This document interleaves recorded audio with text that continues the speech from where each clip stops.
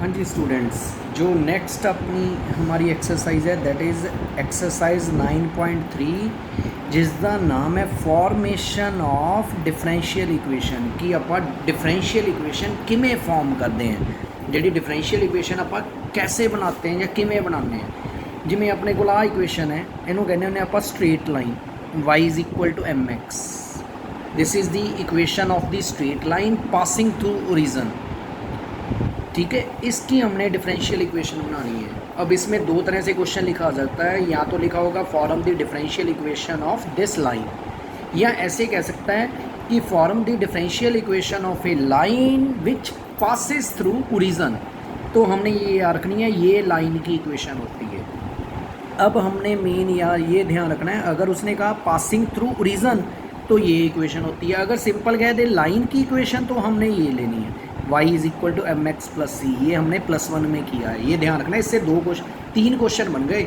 एक तो सिंपल लिख देता है कि form the differential equation of this, या हमें कह सकता है कि form the differential of a straight line, ये ले लेनी है, या form the differential of a straight line passing through region तो लेनी है। अब इसमें ध्यान रखना है, हमारे जितने कांस्टेंट हमें दिए होंगे, जहाँ जैसे इसमें लिखा होगा m इज़ द पैरामीटर या कांस्टेंट, जितने कांस्टेंट है बस ये मंत्र याद रखना है, जितने कांस्टेंट है उतनी बारी डेरिवेटिव कर लेना है। क्योंकि एक कांस्टेंट है तो एक बारी डेरिवेटिव किया, y का dy ओवर dx, mx का m, ये बनी हमारी दूसरी इक्वेशन। क्योंकि एक ही कांस्टेंट है तो एक बारी डेरिवेटिव करना है। उसके बाद डेरिवेटिव करने के बाद इन दोनों इक्वेशन को इस तरह से सिंप्लीफाई करना है कि m हमारा ख़त्म हो जाए बस। अब कैसे m ख़त्म होगा, या तो दोनों को डिवाइड कर दो तो m ख़त्म हो जाएगा, जैसे मैंने दोनों को डिवाइड किया तो आंसर आ गया, या m की वैल्यू यहाँ से यहाँ पे पुट कर दो, अपनी चॉइस है।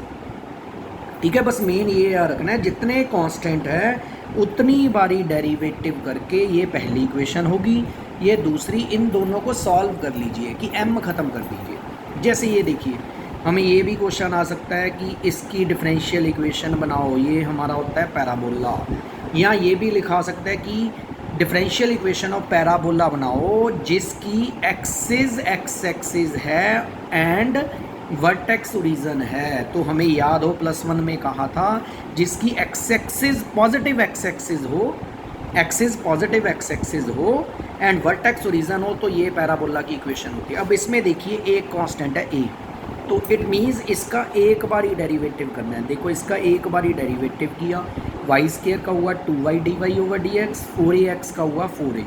अब इन दोनों में a ख़त्म करना है, तो बेस्ट है या तो दोनों को डिवाइड कर दो जैसे मैंने कर दिया, ये आंसर है, या 4a की वैल्यू यहाँ से यहाँ पे पुट कर दीजिए, आंसर आ जाएगा। क्लियर है बेटा, ये तो ईजी है। चलो नेक्स्ट देखते हैं, थर्ड क्वेश्चन है, कहता डिफरेंशियल इक्वेशन ऑफ एलिप्स बनाओ। ये इंपॉर्टेंट है, यहाँ पे एलिप्स लिखा हो तब भी यही मेथड है, हाइपरबोला लिखा हो तब भी यही मेथड है। अब हमें कहा है एलिप्स जिसका फोकस एक्स एक्सिस पे है, तो हमें पता है इक्वेशन ऑफ एलिप्स ये होती है जिसका फोकस एक्स एक्सिस पे पर हो तो एक्स एक्सिस के नीचे वाला बड़ा होता है। अगर फोकस वाई एक्सिस पे हो तो वाई के नीचे वाला ये बी ए से बड़ा होगा। अब क्योंकि एक्स एक्सिस पे है तो ए बी से बड़ा होगा। इसका यूज़ कहीं नहीं होगा, अगर एक्स एक्सिस लिखा हो तब भी यही मेथड है, अगर वाई एक्सिस लिखा हो जिसकी फोकस वाई एक्सिस पे है तब भी यही मेथड है। ठीक है, हाइपरबोला में ध्यान रखना है, अगर यहाँ पे हाइपरबोला लिखा हो और एक्स एक्सिस लिखा हो तो बीच में माइनस आएगा। ठीक है जी, अगर हाइपरबोला हो तो बीच में माइनस आएगा अगर एक्स एक्सिस है, अगर वाई एक्सिस है एक तो बीच में माइनस आएगा, ये आगे लिखेंगे ये पीछे लिखेंगे। क्लियर है बेटा, 4 क्वेश्चन इससे होंगे।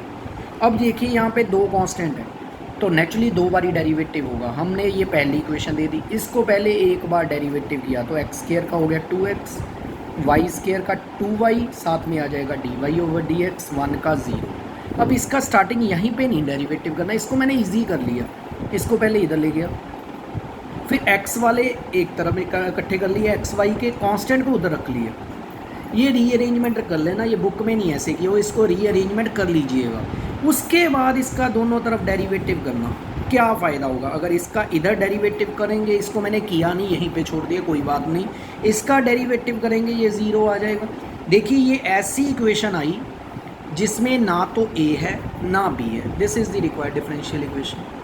अगर एलिप्स एक्स एक्सिस पे हो तब भी यही मेथड है, अगर फोकस वाई एक्सिस पे हो तब भी यही मेथड है। दो क्वेश्चन। अगर हाइपरबोला एक्स एक्सिस पे बीच में माइनस आएगा, बाकी कोई चीज़ नहीं।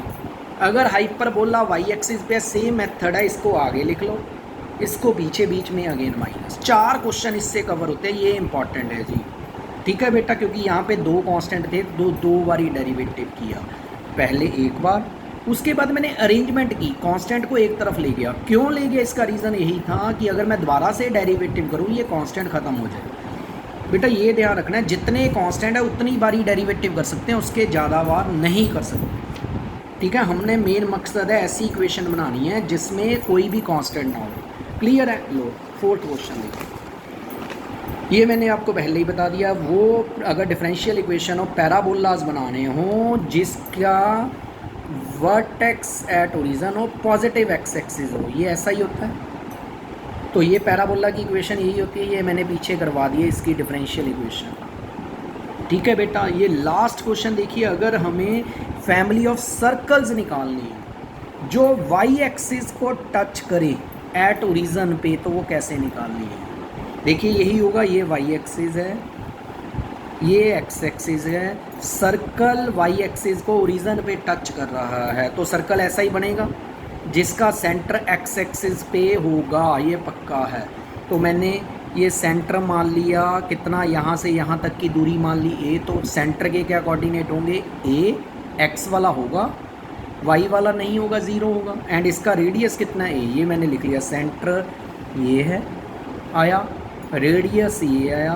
तो सर्कल की इक्वेशन क्या होती थी, +1 में किया था, यही फॉर्मूला था, एक्स माइनस पहले का स्क्वायर, पहला है ए, इसका स्क्वायर, प्लस वाई माइनस दूसरे का square is equal to radius का स्क्वायर। देखो पहले इक्वेशन, जैसे इसमें ये इक्वेशन थी, इसमें ये इक्वेशन थी। अब कितने कांस्टेंट है, एक ही कांस्टेंट है, तो एक बार ही डेरिवेटिव करना है। पहले इसका मैंने स्क्वायर खोल लिया, इसको इजी कर लिया, ये ए स्क्वायर से ए स्क्वायर कैंसिल हो गया, मैंने कांस्टेंट वाले को उधर ले गया, ये बना। अब एक तो तरीका है, एक्स को इधर ले जाओ वापस, फिर डेरिवेटिव कर दो, ये ख़त्म हो जाएगा। मैंने क्या किया, इसको डेरिवेटिव कर दिया, देखिए डेरिवेटिव भी ईजी है। अब इन दोनों में ए ख़त्म करना है, तो ये 2a की वैल्यू यहाँ पुट कर दो, ये हमारी रिक्वायर्ड डिफरेंशियल इक्वेशन आई। क्लियर है बेटा, बहुत इजी है। इसके अलावा पेपर में और कोई क्वेश्चन नहीं आ सकता। इस एक्सरसाइज में एक क्वेश्चन मस्ट है, ये थी आपकी 9.3। अगर फिर भी कोई प्रॉब्लम हो तो मुझे कमेंट बॉक्स में मैसेज करिएगा। ठीक है जी, ओके जी, थैंक यू।